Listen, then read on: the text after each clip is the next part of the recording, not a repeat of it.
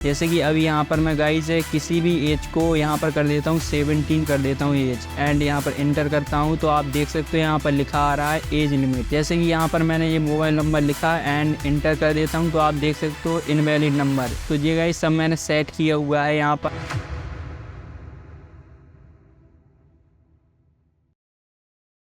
नमस्ते दोस्तों, आज है हमारा डे 15। तो डे 15 में देखते हैं गाइज डेटा टूल्स के और आगे के ऑप्शंस को। गाइज डेटा टूल्स में जैसे कि आपने अगर पहले की वीडियो देखी होगी तो हम फ्लैश फिल एंड इस रिमूव डुप्लीकेट को समझ चुके थे। एंड अब देखते हैं गाइज इस ऑप्शन को जो कि है डेटा वैलिडेशन का। Guys data validation one of the most useful option है जो कि आपके लिए बहुत ज्यादा जरूरी है। जब भी आप डेटा एंट्री करोगे तो आपको इस ऑप्शन का यूज आना ही चाहिए। तो इसे हम बहुत ही सिंपल लैंग्वेज में अभी समझते हैं। जैसे गाइज आप यहाँ पर देख सकते हो ये कंपनी का डेटा है। आप देख सकते हो ये रिक्रूटमेंट डेटा ऑफ एम्प्लॉय, जो एम्प्लॉय की भर्ती है किसी भी कंपनी में उसका ये डेटा है, जैसे कि आप देख सकते हो। एंड यहाँ पर मैं अलग अलग कॉलम के बिहाफ पर यहाँ पर डेटा वैलिडेशन को अप्लाई कर सकता हूँ। जैसे कि अभी यहाँ पर मैंने एज के बिहाफ पर डेटा वैलिडेशन अप्लाई की हुई है। जैसे कि अभी यहाँ पर मैं गाइज किसी भी एज को यहाँ पर कर देता हूँ 17 कर देता हूँ एज एंड यहाँ पर एंटर करता हूँ तो आप देख सकते हो यहाँ पर लिखा आ रहा है age limit and age should be between 18 to 30, यानी एज 18 to 30 के बीच होनी चाहिए। ये यहाँ पर लिख कर आ रहा है। अभी यहाँ पर गाइज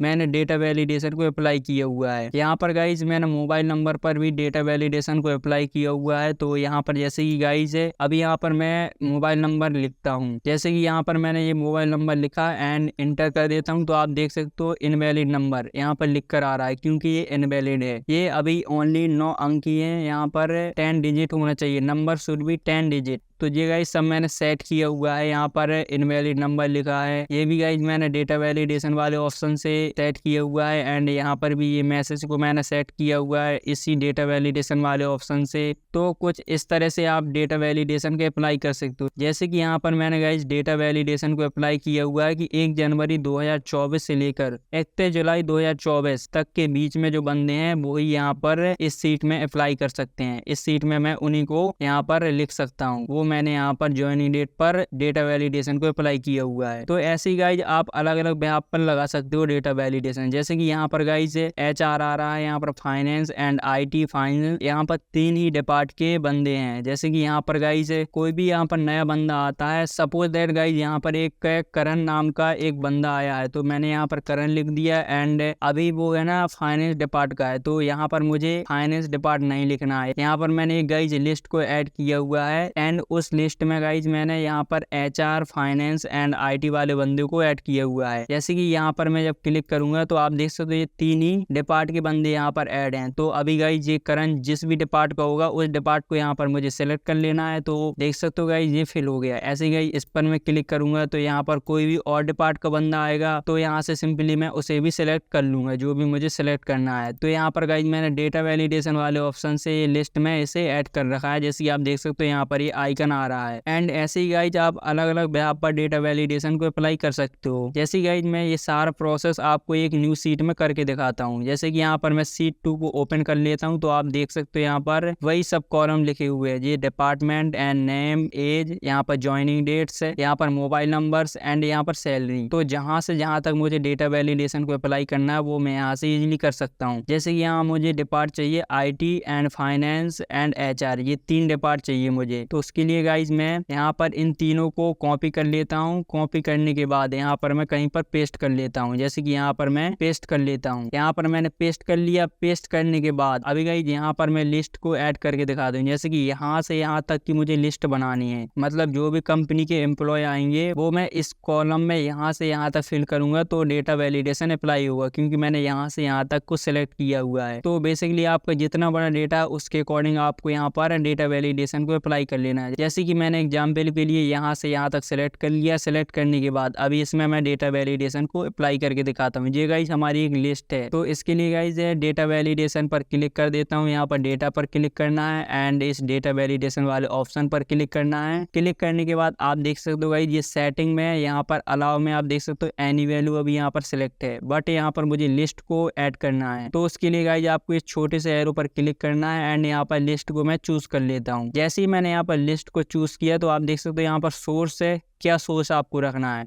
तो उसके लिए गाइज मैं यहाँ पर सोर्स पर क्लिक कर देता हूँ। क्लिक करने के बाद मुझे ये सोर्स रखना है, HR, फाइनेंस एंड IT, 3 प्रकार के यहाँ पर लिस्ट में ऐड करने हैं। तो मैंने इनको सिलेक्ट कर लिया। सिलेक्ट करने के बाद ओके। तो जैसे ही मैंने ओके किया तो अभी गाइज यहाँ से यहाँ तक अभी मैं लिस्ट बनाऊंगा। तो आप देख सकते हो यहाँ पर मैंने क्लिक किया तो ये यहाँ पर आ रहा है, ये 3 लिस्ट में आ रहे हैं। एंड ऐसी गई जहाँ तक भी मैंने बनाया होगा वहां तक ये आएगा। जो ऑप्शन है ये आप साइड में देख रहे हो छोटा सा, ये आएगा वहां तक जहां तक मैंने सेलेक्ट किया हुआ था। जैसे कि इस वाले सेल पर मैं जैसे ही क्लिक करता हूँ तो यहाँ पर नहीं आ रहा है, बिकॉज मैंने यहाँ तक ही सिलेक्ट किया हुआ था। यहाँ पर गाइज मैं नेम में भी डेटा वैलिडेशन को लगा सकता हूँ। इसमें गाइज कुछ इस तरह से डेटा वैलिडेशन अप्लाई होगा। जैसे कि सपोज दैट मैं लेंथ को रखना चाहता हूँ 8 कैरेक्टर की, तो लेंथ के बिहाफ पर यहाँ पर मैं डेटा वैलिडेशन अप्लाई कर सकता हूँ। एंड एज पर भी मैं यहाँ पर कर लेता हूँ। जैसे कि यहाँ से यहाँ तक मैं सिलेक्ट करता हूँ। सिलेक्ट करने के बाद आपको यहाँ पर क्लिक करना है डेटा वैलिडेशन पर, एंड यहाँ पर आपको क्लिक करना है। क्लिक करने के बाद अभी मुझे किस बिहाफ पर करना है, एज के बिहाफ पर करना है। तो उसके लिए गाइज एज एक डेसिमल वैल्यू ही है, तो उसके लिए मैं डेसिमल पर क्लिक करता हूँ। एंड मिनिमम मैं कितनी यहाँ पर एज रखना चाहता हूँ, जो भी आपको रखना है वो आप यहाँ पर रख सकते हो। जैसे गाइज एक जो सबसे छोटी एम्प्लॉय की एज होती है वो होती है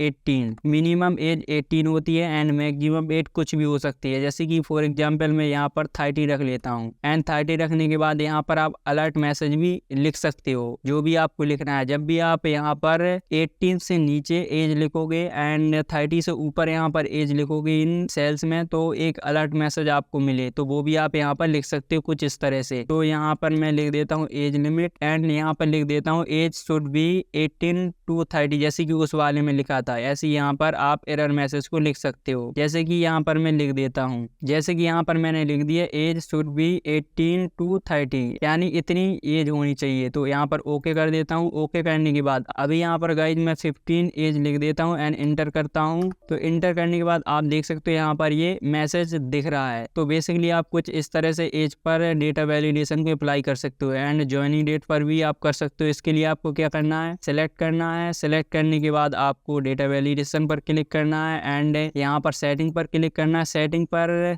क्लिक करने के बाद अभी ये एनी वैल्यू है, यहाँ पर आपको क्लिक करके अभी डेट सिलेक्ट कर लेना है, क्योंकि गाइस ये डेट से रिलेटेड कॉलम है। तो यहाँ पर डेट सिलेक्ट करना है एंड स्टार्ट डेट आपको जो भी रखनी है वो रख देना है, एंड एंड डेट आपको जो भी रखनी है ज्वाइनिंग की वो रख देना है एंड ओके कर देना है। तो यहाँ पर ये अप्लाई हो जाएगा। अभी यहाँ पर मैंने नहीं लिखा है तो यहाँ पर ये मैसेज आ गया। तो सिंपली आपको यहाँ पर इस ऑप्शन का भी यूज कर लेना है, डेट वाले ऑप्शन का कुछ इस तरह से। एंड नंबर्स में आप लिख सकते हो, जैसे कि यहाँ तक मैंने सेलेक्ट किया, इस कॉलम में यहाँ तक मैं डेटा वैलिडेशन को अप्लाई करना चाहता हूँ। तो यहाँ पर क्लिक किया। क्लिक करने के बाद अब आपको यहाँ पर लिखना है टेक्स्ट लेंथ, क्योंकि एक नंबर एक लेंथ ही है, तो टेक्स्ट लेंथ है पर आपको क्लिक करना है। एंड मिनिमम टेक्स्ट आपको कितना रखना है, जो कि नंबर का 10 ही होता है, तो मिनिमम भी 10 एंड मैक्सिमम भी 10 मैं यहाँ पर कर देता हूँ। एंड यहाँ पर आप एरर अलर्ट को भी यहाँ पर लिख सकते हो, जैसे कि यहाँ पर टाइटल हो जाएगा number invalid, and error message कुछ भी आपको जो भी लिखना है वो आप लिख सकते हो। जैसे कि आप ये भी लिख सकते हो नंबर शुड भी 10 डिजिट्स है, ये लिख सकते हो आप कि नंबर 10 डिजिट्स का होना चाहिए, वो तो होता ही है, आपको भी पता है। यहाँ पर आप डेटा वैलिडेशन को अप्लाई कर लोगे तो